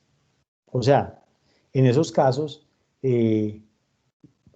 debe existir un llamamiento por parte del fiscal, o si se le presenta al juez, para por lo menos intentar que el comportamiento de esa persona cambie en aras de acceder a la aplicación, sea esa preclusión o por parte del fiscal de ese archivo frente a la conciliación. Por lo menos exigir respeto frente a esa persona y en ese sentido, pues podría ser posible, más que negarse, por lo menos intentar que no sea algo tan llano, tan simple. Yo pago, reparo y punto, porque es que ahí no hay justicia restaurativa, no está asumiendo responsabilidades, ahí no hay garantía de no repetición. ¿Cuál garantía de no repetición hay? Ninguna. Absolutamente ninguna, seguramente va a seguir cometiendo delitos. Pues ya pagué y esto se soluciona con plata, entonces yo sigo haciendo lo mismo. No, yo creo que ahí sí, como autoridades judiciales, intentando aplicar una real y efectiva justicia, podríamos actuar de cierta manera, claro que sí. Claro, doctor, y es justamente lo que usted nos comentaba en atención no solo a reparar los derechos de la víctima, sino de todos los actores del proceso. Esa es la razón de ser de la judicatura y en atención a ese principio también de justicia material. Doctor, pregunta el doctor Fabián Eso Martínez. sí. ¿Resulta aplicable la justicia restaurativa procedente en la fase ya de ejecución de la pena, de la sanción? Sí, sí, señor, sí, claro, es procedente la aplicación de justicia restaurativa porque recordemos que lo que se busca con la justicia restaurativa es solucionar el problema. Y en muchas ocasiones cuando ya hay una sentencia no se soluciona el problema sigue latente. Entonces, cuando hay una ejecución de penas, para que se pueda conceder ciertos beneficios, sería posible que se acude un mecanismo de justicia restaurativa con la aplicación del mecanismo de justicia restaurativa, donde hay un resarcimiento, una reparación a las víctimas, donde hay una pedida de perdón, una reparación simbólica, el juez de ejecución de penas y los jueces de conocimiento, pues en caso de ser la segunda instancia, los pueden tener en cuenta para poder dar la concesión de la prisión domiciliaria, de la libertad vigilada entre otros. Es un tema que se puede tener en cuenta perfectamente. Dentro del catálogo que se está haciendo, que se hizo con el Consejo Superior de la Judicatura, es un manual, no sé cuándo saldrá, pero es un manual que ya está hecho. Se hace referencia también a los mecanismos de justicia restaurativa de la aplicación ante el juez de ejecución de penas y medidas de seguridad, ante el juez de garantías, ante el juez de conocimiento y en las diferentes etapas: acusación, preparatoria, juicio oral, incidente, reparación integral, ¿sí? Y lo mismo ante el juez de ejecución de penas. Claro que sí es posible, total. Gracias, doctor. ¿A usted le parece posible, o mejor acertado, hablar de aplicación de justicia restaurativa frente a todo tipo de delitos? O, por Sí, ejemplo, en sí. delitos de lesa humanidad. Sí, miren, yo en ese momento estaba buscando, por eso estaba agachando la cabeza, me excusa, estaba buscando una frase que me parece espectacular. Una frase que dio un juez en el caso de Adolf Eichmann, cuando la defensa, él fue condenado por crímenes de lesa humanidad. Y allí se habló de justicia restaurativa, doctores. Pueden verlo en la sentencia del Tribunal de Jerusalén. Y allí parte de la defensa le dice: acá no hay transparencia, acá no va a haber transparencia, me están juzgando las víctimas, acá ya estoy de entrada sentenciado. Y él hace una reflexión muy bonita a la dignidad del juez, muy, muy bonita, pero no la encuentro. Yo más adelante con el doctor José Anderson le envío, que me parece una frase hermosa que hace referencia a nuestra labor y a nuestra dignidad. En los crímenes de lesa humanidad, claro, doctores, como les decía, los tribunales ad hoc y los tribunales mixtos, bueno, aquí quiero hacer una referencia, eso es importante, eso lo pueden preguntar. Tribunal ad hoc es aquel creado por la Organización de Naciones Unidas, donde nombran diferentes jueces de diferentes naciones para hacer referencia a un juicio contra un grupo, una organización o contra unas personas de ciertos países. Por ejemplo, el Tribunal ad hoc de la ex Yugoslavia, donde se entraron a analizar las sanciones contra los gobernantes y los altos mandos militares en la guerra de los países balcánicos. De igual manera también el Tribunal ad hoc para Ruanda, donde se empiezan a juzgar a los altos mandos militares y a los jefes de Estado, o jefes más bien de Ruanda en la masacre que hubo, conocida por todos, de los Hutus y los Tutsis. El Tribunal ad hoc es creado por la Organización de Naciones Unidas con diferentes jueces internacionales, y los tribunales mixtos, como el Tribunal de Camboya, el Tribunal de Sierra Leona, son tribunales que son creados donde hay jueces de diferentes países, pero el tribunal es creado al interior de ese país, ¿sí? Y donde hay comisiones dentro de ese tribunal que son jueces de ese país, de Camboya. Por ejemplo, en Camboya fueron varias comisiones que conocieron de diferentes delitos contra ciertos mandos militares, mandos medios, mandos bajos. Y hay un tribunal internacional que está allí también en Camboya, que conoció de los crímenes contra los altos mandos, en este caso, de ese grupo que existió en Camboya una vez terminada la guerra de Vietnam, que el llamado de los Jemeres Rojos, que tomaron el poder absoluto en Camboya y incluso quitaron la moneda, ya desapareció la moneda y solo se daban trueques de alimentos, mucha gente murió de hambre. Ellos quisieron vivir en un estado ideal, supremamente alejados del mundo. Entonces, muy interesante, esa es la diferencia. Los tribunales mixtos son los que tienen comisiones creadas al interior del país por mismos jueces de ese país, y también hay otros tribunales que dentro de ese país están compuestos por jueces también de otros países y sancionan a los jefes de Estado o a los más altos mandos militares. Y los tribunales ad hoc son aquellos creados donde hay varios jueces de diferentes países que sancionan a las personas que cometieron delitos de lesa humanidad o delitos que están dentro del artículo 7 del Estatuto de Roma, u otros delitos pues, de competencia de la Corte Penal Internacional. Ahí yo hago referencia porque en todos estos juicios en los juicios de los Jiménez Rojos, en el Tribunal de Camboya, en los juicios de Sierra Leona, en los juicios de la antigua Yugoslavia, en los juicios de Ruanda, en el Tribunal de Nuremberg, en el Tribunal de Tokio, en otros diferentes tribunales a nivel internacional, la justicia restaurativa se aplica. Obviamente los crímenes de lesa humanidad son imprescriptibles y tienen sanciones que van de pena de muerte o sanciones de por vida. Pero en esos juicios se busca que haya reparación de las víctimas y pues generalmente la reparación es simbólica. Nada más, ahora estaba estudiando el caso contra el exmilitar argentino Silingo, que fue condenado por un tribunal de España particular porque, Silingo fue de los altos mandos militares que dieron golpe de Estado cuando Eva Perón era presidente y la bajaron de la presidencia, y en ese golpe de Estado mataron diferentes personas. España, a partir del año 2005, que acogió el Estatuto de Roma y creó un tipo penal de lesa humanidad dentro de su código penal,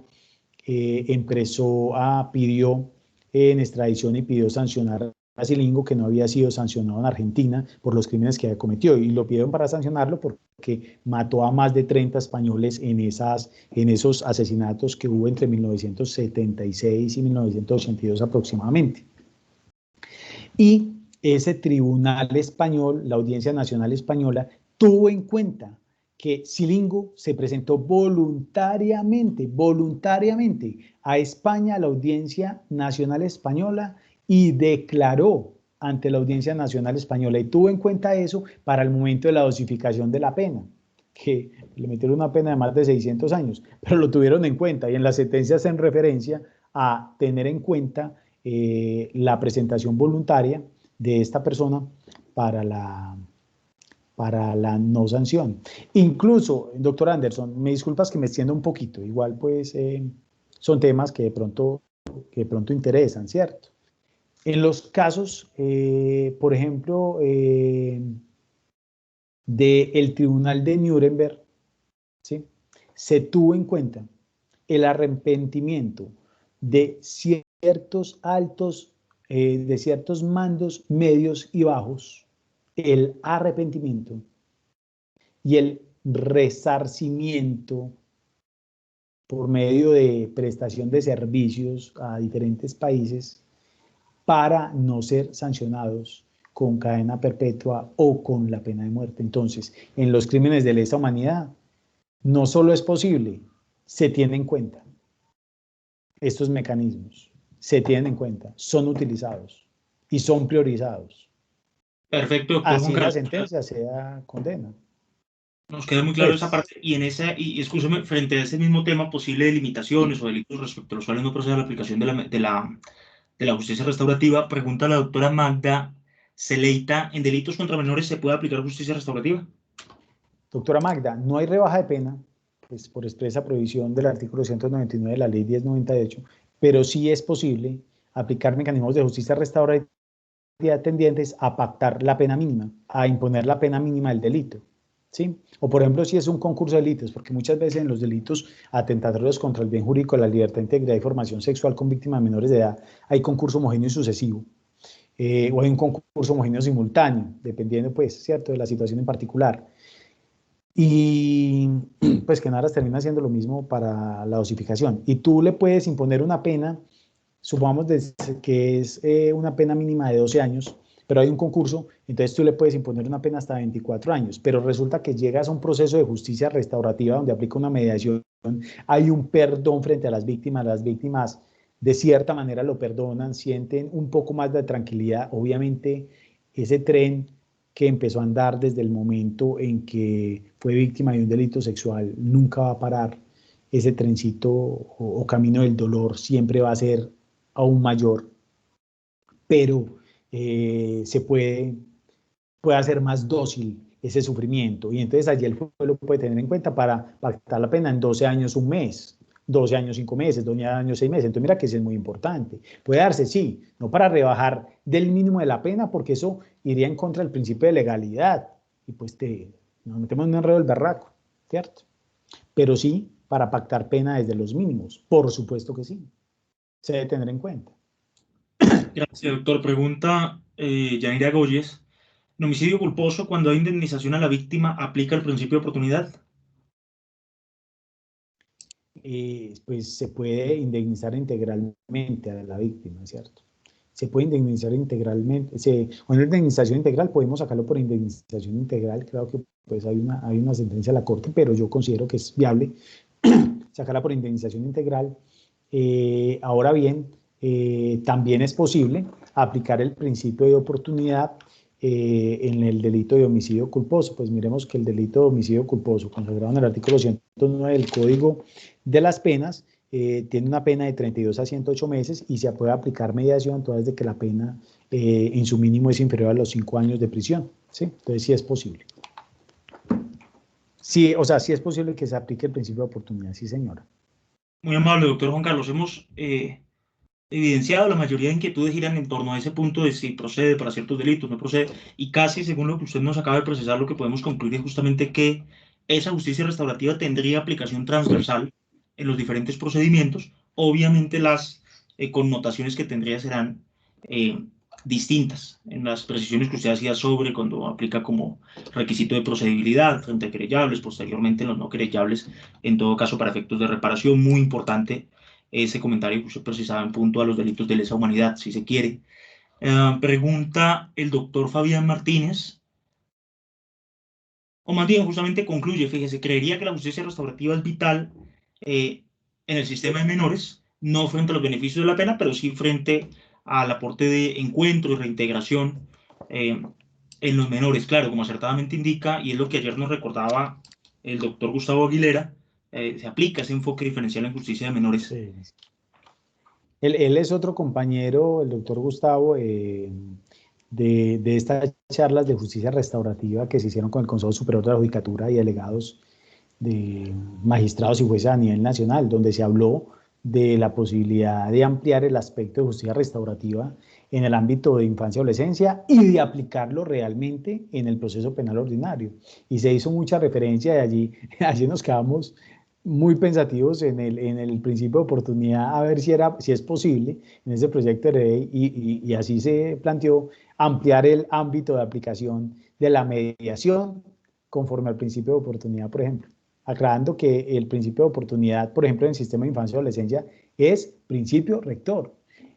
El Código de Infancia, verificar si es procedente la aplicación del principio de oportunidad en cualquier proceso, a menos que haya sido un delito de lesa humanidad en infancia y adolescencia. Pero ojo, principio de oportunidad frente a los crímenes de lesa humanidad, no porque no sea procedente, sino porque no es procedente, mediación si es posible en delitos de lesa humanidad. Lo que no es posible es la aplicación del principio de oportunidad, así sean menores de edad. Pero los menores de edad victimarios o que están en un proceso de infancia y adolescencia, se debe buscar por parte de la Fiscalía o de las partes inicialmente aplicar el principio de oportunidad, y eso no se hace. Entonces, como jueces, Comisión de Control de Garantías de Infancia y Adolescencia, tenemos que preguntar, ¿ya verificaron si era procedente la aplicación de alguna causal de la preclusión? Perdón, del principio de oportunidad, escúcheme, del principio de oportunidad, sí o no. Y después sigan con el proceso, porque es obligatorio. Y no se hace, no se hace. Porque se hacen muchos principios de oportunidad, pero no es la generalidad, y eso debe ser la generalidad, ¿sí? Porque es obligación. Doctora Anderson, veo que preguntan que si es procedente la aplicación del principio de oportunidad en los delitos de homicidio culposo agravado, ¿sí? Preguntan que si es procedente. Sí, sí puede ser procedente la aplicación del principio de oportunidad en los delitos de homicidio culposo agravado. Se podría dar conforme a diferentes causales, se puede dar, pero conforme a la causal del numeral séptimo, podría ser posible la aplicación del principio de oportunidad en esos casos. Se podría dar, sí existe esa posibilidad, claro que sí.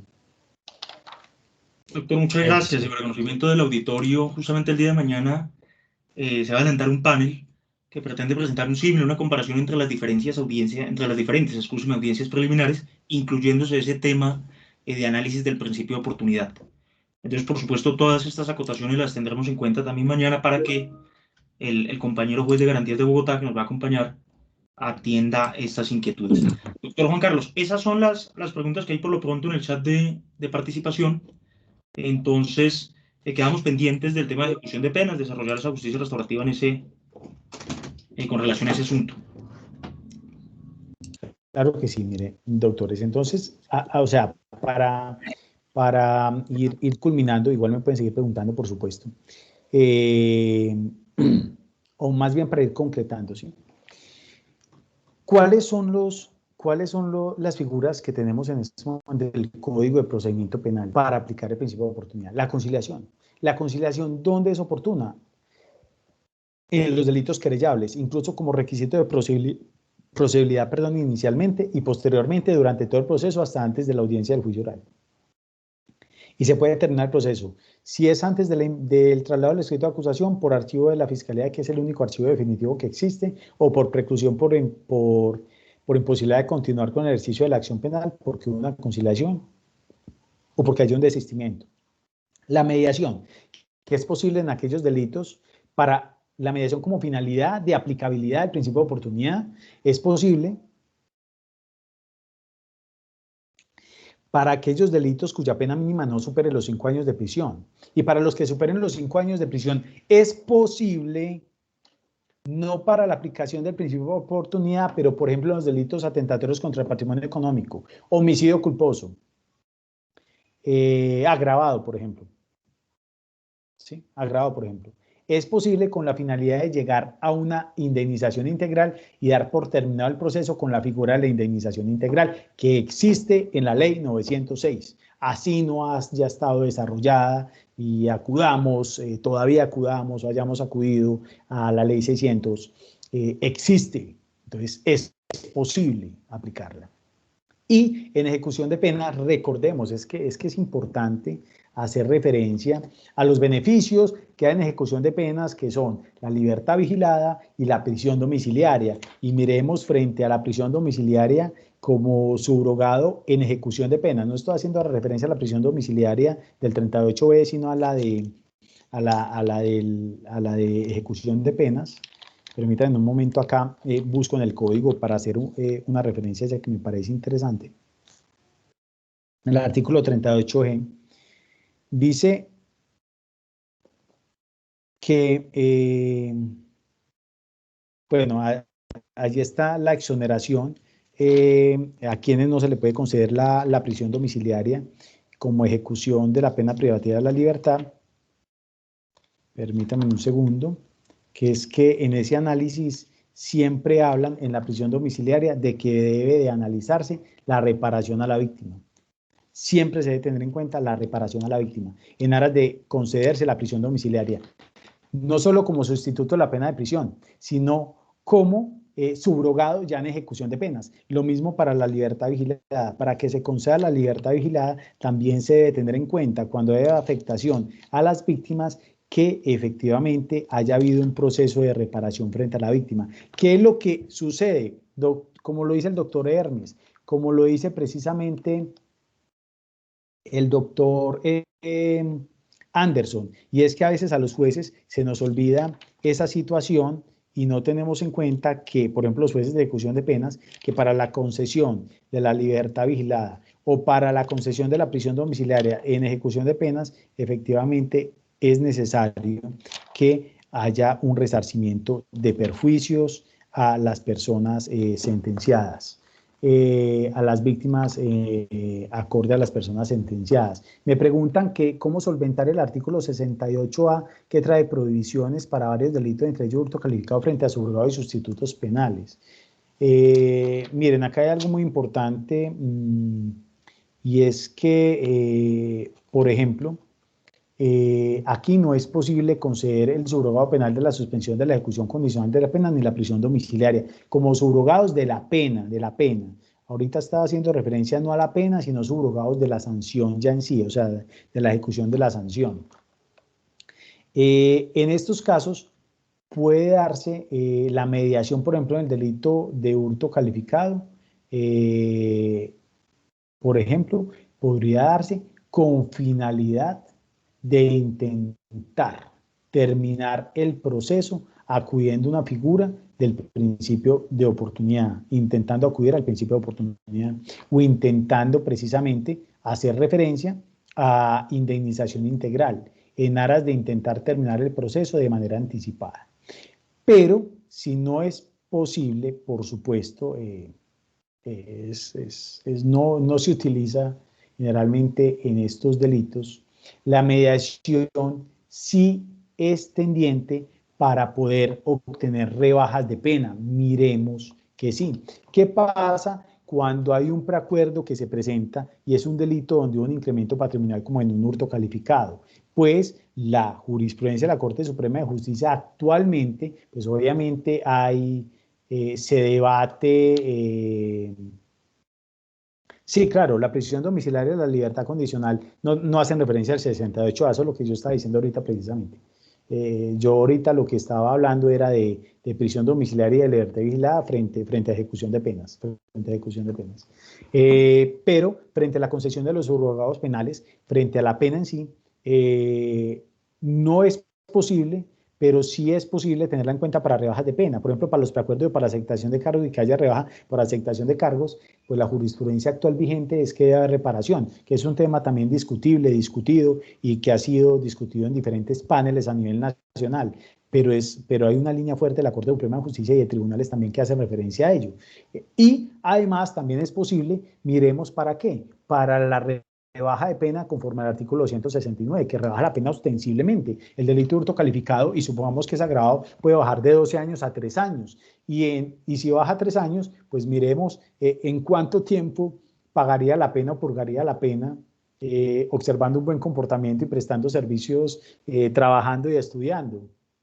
En año y medio o en un año podría acceder a la prisión domiciliaria y probablemente a la libertad vigilada, pues dependiendo también de la interpretación que le dé el juez o la juez de ejecución de penas, ¿cierto?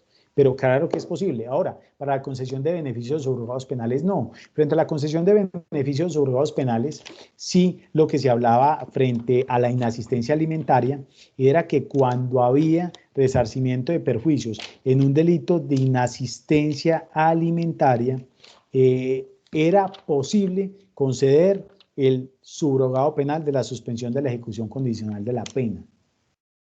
En esos casos era posible. O la prisión domiciliaria. ¿Sí? Se podría tener en cuenta. ¿Por qué razón? Precisamente para que pueda continuar pagando o con el cumplimiento de sus obligaciones como padre o madre. ¿Sí? Pero frente a los otros delitos, no. Frente a los otros delitos, para subrogados penales existe una prohibición, a menos que se cumpla alguno de los numerales del 2 y siguientes del artículo 314 del Código de Procedimiento Penal. ¿Sí? Haciendo referencia a ello. Entonces, volviendo al tema de ejecución de penas, que es bastante importante, creo que acá hay jueces de ejecución de penas, que les cuento que hace poquito me tocó actuar como ejecución de pena. Recordemos que los jueces de conocimiento, cuando el caso está en casación, nos corresponde actuar como juez de ejecución de penas. Debemos de tener en cuenta precisamente los aspectos de reparación, de reintegro a las víctimas, de reparación a las víctimas con la finalidad de conceder la prisión domiciliaria o conceder efectivamente la libertad vigilada. Debemos de tenerlo en cuenta. Debemos de tenerlo en cuenta, porque eso hace menos grave el delito. Recuerden que uno de los elementos para establecer si es viable o no conceder la prisión domiciliaria o la libertad vigilada es la gravedad, la libertad condicional, perdón, es la gravedad. Es la gravedad de la gravedad de la pena. La gravedad de la pena también se puede atenuar con un proceso de mediación o de resarcimiento de perjuicios.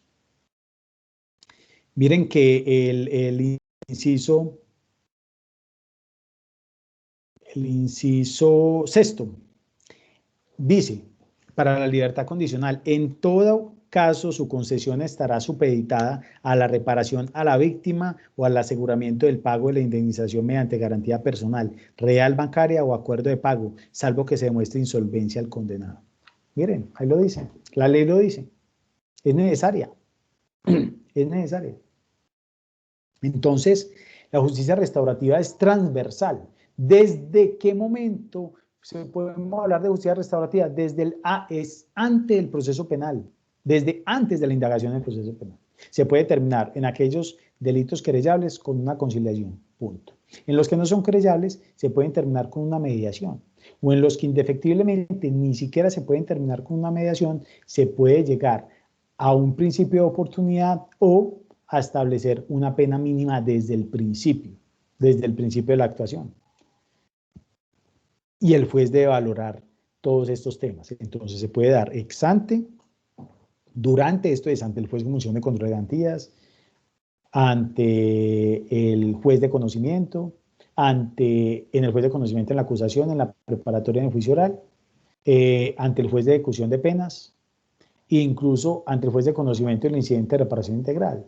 Porque es que allí también se puede dar lugar a la justicia restaurativa, porque como de todas maneras, hacia una sentencia puede generarse un conflicto, en el incidente de reparación integral puede haber una reparación simbólica aunado a una reparación económica o de algún tipo frente a la víctima que genere esa tranquilidad en la víctima, que genere esa aceptación de esa persona de efectivamente el daño que causó, como en muchas ocasiones a mí me ha ocurrido eso en muchas ocasiones, que en el incidente de reparación integral es donde terminan arrepintiéndose de lo que hicieron y terminan pidiendo perdón y además incluso reparando a la víctima. La víctima queda más tranquila en esos casos.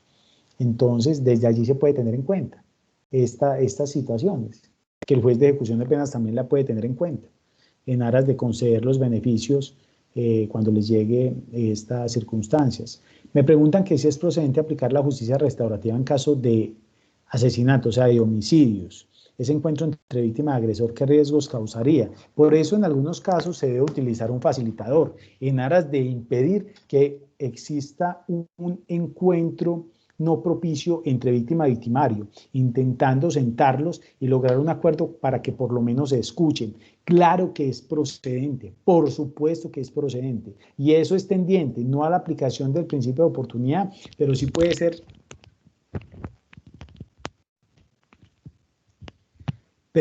ser tendiente a la reducción de la pena. Entonces, la pena de un homicidio agravado me parte de 400 meses, pues la víctima, si ya estamos hablando de homicidio, la víctima directa está muerta, pero las víctimas indirectas están vivas. Y puede que, habiendo una reparación de todo tipo de las víctimas, pues obviamente no van a volver a la vida a la persona que murió, pero sí puede haber una reparación que deje tranquila a la víctima, que genere que el victimario asuma la responsabilidad, se garantiza no volver a cometer estos delitos e intentar a volverlo a la normalidad. Miren, les voy a contar otro caso que le robo también a un magistrado de Bogotá precisamente, muy querido, al cual quiero mucho, que no sé si ustedes ya lo han escuchado contando este caso y me disculpan, lo repito, y es que alguna vez un juez de infancia y adolescencia condenó a un joven porque mató a su mejor amigo. Se mató a su mejor amigo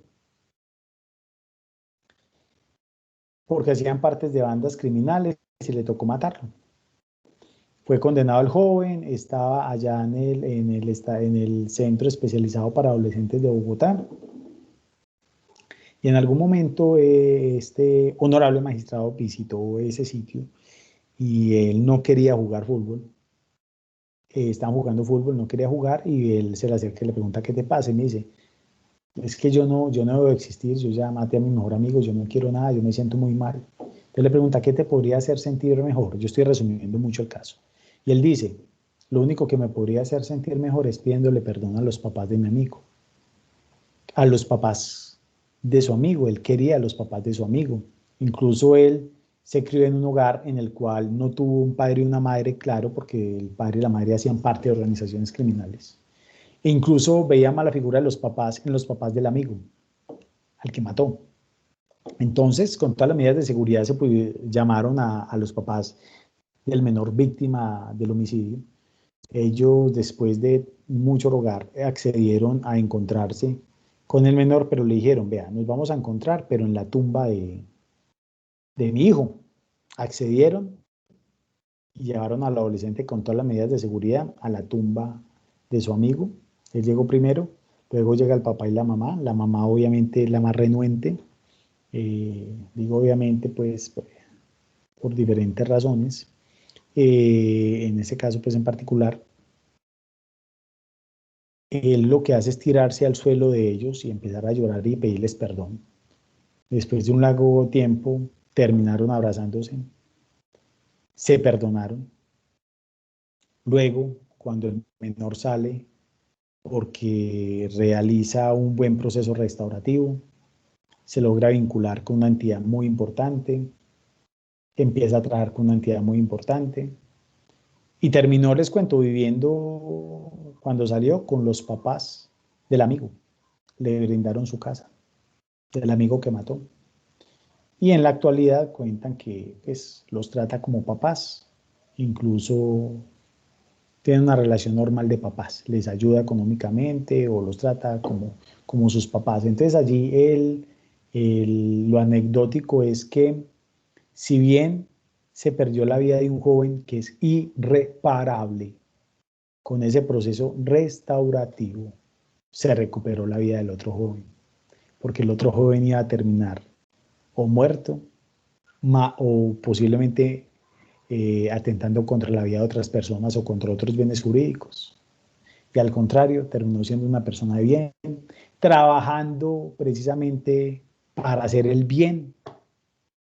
Y los padres de la víctima terminaron con pues otro hijo que no va a reemplazar ni mucho menos a su hijo, pero como se dio el proceso de reparación, de restauración de derechos, con una aflicción menor a la que tenían. Entonces ahí es un proceso de reparación bonito. ¿Es posible?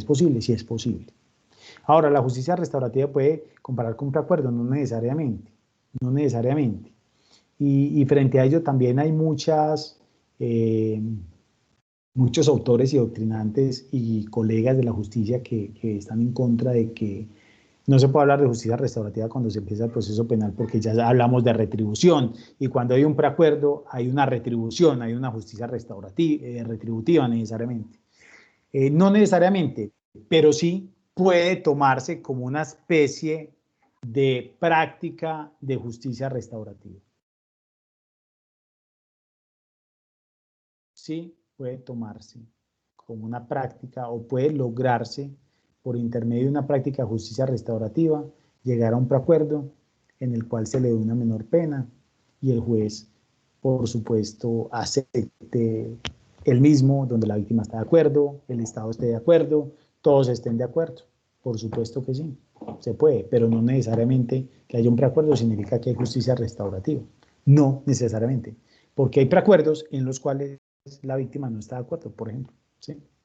Y puede presentarse el acuerdo, ya le corresponde al juez decidir, pero hay acuerdos donde todos están de acuerdo, donde hay un exitoso proceso de justicia restaurativa y termina, porque no puede terminar de otra manera, en un preacuerdo con aras de dosificar la pena de manera benévola o benéfica para esta persona. Ese es el tema. No sé, doctor Anderson, si quieres que haga referencia a algo adicional, lo que me digas, estoy presto, porque me siento además muy honrado de estar ante ustedes. No, doctor, mil gracias. Por el contrario, a usted que aceptó la invitación de Corjusticia y nos ha dado ese panorama, ese esquema general de la aplicación de la justicia restaurativa en las diferentes oportunidades. Así entonces, doctor Hermes Darío. Muy amable, doctor José Anderson, a todos ustedes un saludo especial, sobre todo a nuestro conferencista del día de hoy, el doctor Juan Carlos Acevedo Velázquez, un abrazo especial desde Bogotá. Agradecerle por esta magnífica charla, que fue charla porque pues en realidad todos nos sentimos como hablando entre amigos, sí, con ese tinto virtual al que siempre hemos invitado. Y qué bueno contar en la rama judicial, en el Poder Judicial colombiano, con personas como usted y como todos los demás señores jueces que nos han estado apoyando en la Corporación de Jueces y Magistrados. Y para mañana los invitamos al panel que muy interesante va a haber con respecto a el tema de control de garantías. A todos ustedes los invitamos a las 6 de la tarde. Mañana tendremos al doctor José Anderson Beltrán, al doctor Carlos Cortés Otero, al doctor Andrés Ramírez Aguilar, a la doctora Elsa Norma Delgado Rueda, hablándonos del tema tan interesante, tan importante de control de garantías. Y así vamos enfilando para poder presentar de la mejor manera posible nuestro examen. Doctor Juan Carlos, una invitación muy especial de la Corporación de Jueces y Magistrados para que nos vuelva a acompañar más adelante. Tenerlo a usted ha sido un honor para la Corporación de Jueces y Magistrados, y a los señores jueces del resto del país que deseen igualmente hacer parte de la Corporación de Jueces y Magistrados. En la página web de nuestra institución están los formularios de afiliación y de descuento. Son 30.000 pesitos mensuales que pagamos para que podamos hacer esta clase de ejercicios profesionales, así como hemos hecho muchos otros eventos de carácter internacional desde hace ya varios años. Qué importante que nos unamos todos los jueces del país, todos los magistrados, para hablar en una sola voz en nombre del Poder Judicial en Colombia. Doctor Acevedo Velázquez, muy amable. A usted, doctor, muchas gracias por la invitación y por sus palabras, y llenaré el formulario. Me enorgullece hacer parte de esta corporación y de la invitación, y cuenten conmigo para lo que necesiten, doctor. Estoy presto y de verdad que llenaré ese formulario. Listo, señor, muy amable, gracias a todos ustedes, que tengan una muy buena noche, buen descanso, nos vemos mañana a las 6, no se les olvide, 6 de la tarde. Muy amables, gracias, que tengan muy buena noche, buen descanso.